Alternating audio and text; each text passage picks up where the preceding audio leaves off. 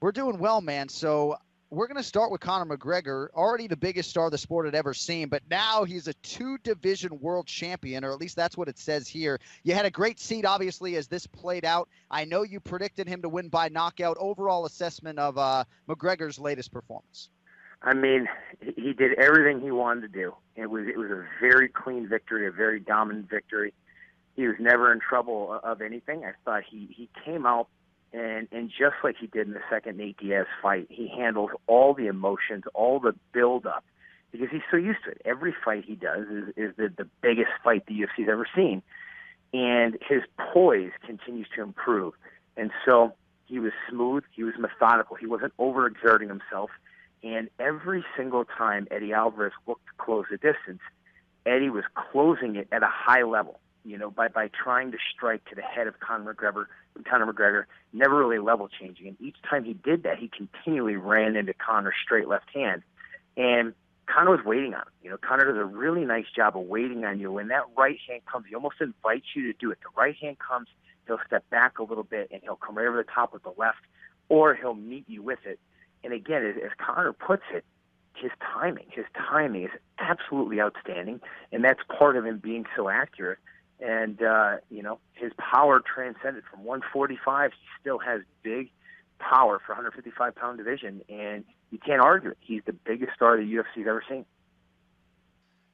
What would you do, Brian? I mean, if I'm running the UFC, I say let him hold on to two belts. Hell, let him hold on to three belts if he wants to. What would you do here in this situation with Conor? I mean, he's running the show. Obviously, he kind of almost gave them an ultimatum of what he wants next. But do you allow Conor to hold on to these two belts? Yeah, I do. I do let him hold on to two belts. Look, the thing is the people that are most outspoken about this, and I understand why they're mad about it, right? But they represent the hardcore fan base, right? They are still the same ones who buy the pay-per-views 9 out of 10 times, no matter what the card is. Conor McGregor speaks to when you sell 1.5 million pay-per-view buys, which most likely I think he's going to do over 2 million for this last pay-per-view. You're reaching an entirely different audience. And with two belts, he's going to continue to do that. He earned them. It's not like he won them and there was some kind of asterisk next to it. You can't take something from someone that someone earned. Until someone beats him for one of those belts, too bad. And I understand everybody, but he does fight very frequently. I mean, you can't complain about his activity level. Now he's going to take some time off, and what's probably going to happen is Khabib's going to end up fighting Tony Ferguson. I hate that has to happen. They both deserve title shots. Max Holloway has to fight Anthony Pettis. Max deserved a title shot 3 fights ago, right? But Conor's correct when he says, when I choose you, I change your life. You can hate him all you want. You can hate his success. You can hate the way he handles the attention. I don't care. He's right. Every fighter out there wants the McGregor fight because they make that much more money. Brian, let's talk about that hate, because I think, unfortunately, people don't realize the kind of special fighter that Conor McGregor is. Because of all the antics, because of everything he says, that is outshining everything that he does as a fighter. It's outshining his hard work ethic. It's outshining his talent, his timing, all those things. It seems like people focus on that stuff. When we go back and see Conor McGregor, if that was Conor McGregor's last fight, is he going to be recognized as the best of all time?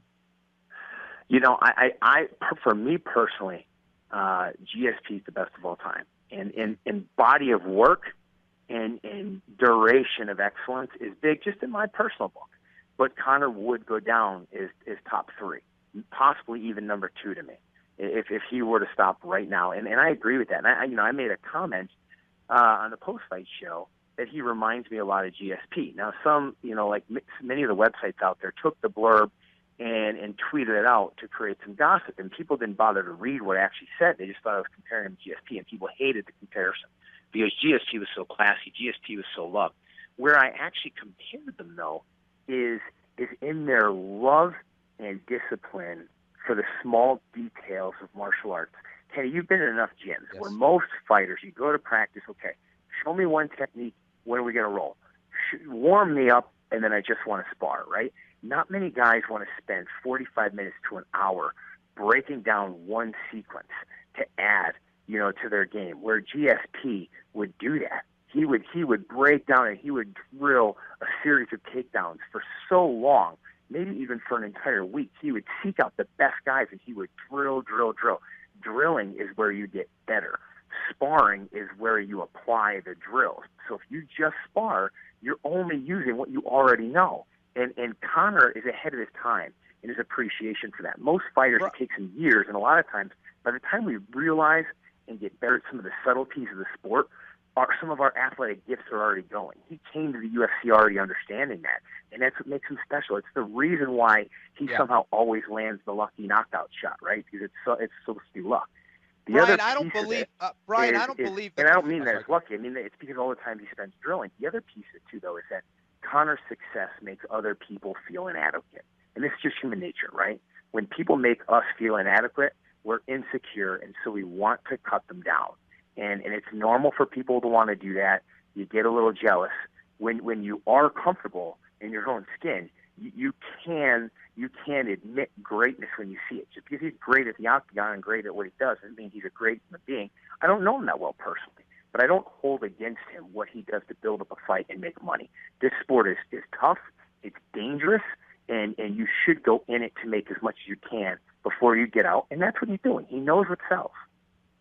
Brian, I don't believe that the fans took a quote and just went a complete different direction than what you intended. I never believed that. I don't think they would ever do that. But you are absolutely right that Conor McGregor, he's a martial artist, man. He just wants to learn. And that's the bad news for everybody else. He's going to continue to get better. When he loses or after a fight, he's still bringing in guys from all over the place to improve his game, to improve his jiu-jitsu, his wrestling. And I agree with you, man. That really is the difference. And all his antics are outshining the fact that this might be the best martial artist that we've ever seen. Yeah, well, I mean, a great friend of mine and a man that you know well as well, George Lockhart. I mean, he's my first ever training partner. I've known the man for over a decade. We were in the Marine Corps together.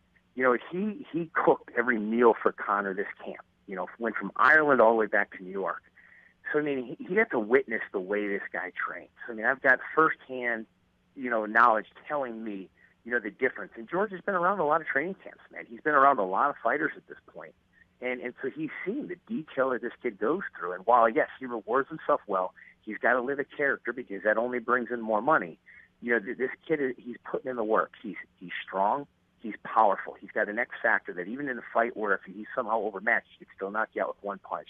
Most guys with that kind of power aren't as flexible as he is. And so the amount of techniques that are going to work for him is limitless. He understands some of his cardio limitations, so you see him fighting at a very smart pace and really calming his breathing down early in a fight so he doesn't overexert himself well, so he's getting smarter as a fighter. Any deficiencies he may have in wrestling, he's continually getting better at them. And I said this in the post-fight show, and people thought I was crazy, that he's a very underrated grappler. People just don't watch his old fights. Go watch his fight against Max Holloway. Go watch his fight against Dennis Seaver. The way this kid passes the guard, he's a very good grappler. A very good grappler. So he's not going to be just overwhelmed when someone takes him down. Just because Nate Diaz tapped him out before doesn't mean his garbage game is ground. Or his garbage game is garbage. His ground game is garbage. Jeepers. Ground game is garbage. There you go. So Brian Stann with us on the Anakin Florian podcast. So in a sport, Brian, with no salary cap, I'm not sure a professional athlete has ever had this much leverage. What do you expect the resolution to be when it comes to his desire for equity in the company now moving forward? Look, I mean, I don't think there's anything wrong with some of the demands he's making.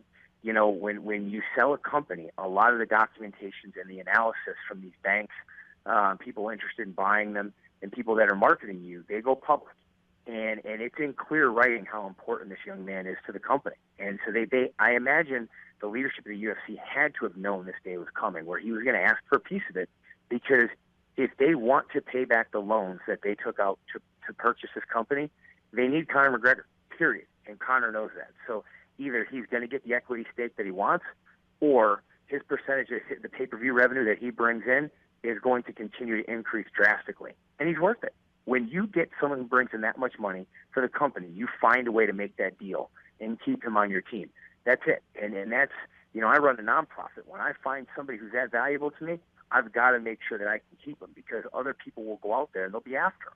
So right. I think it's very smart for them. I think they will sit down and they'll make a deal and they'll find a way because this kid's going to continue to break pay-per-view numbers for him.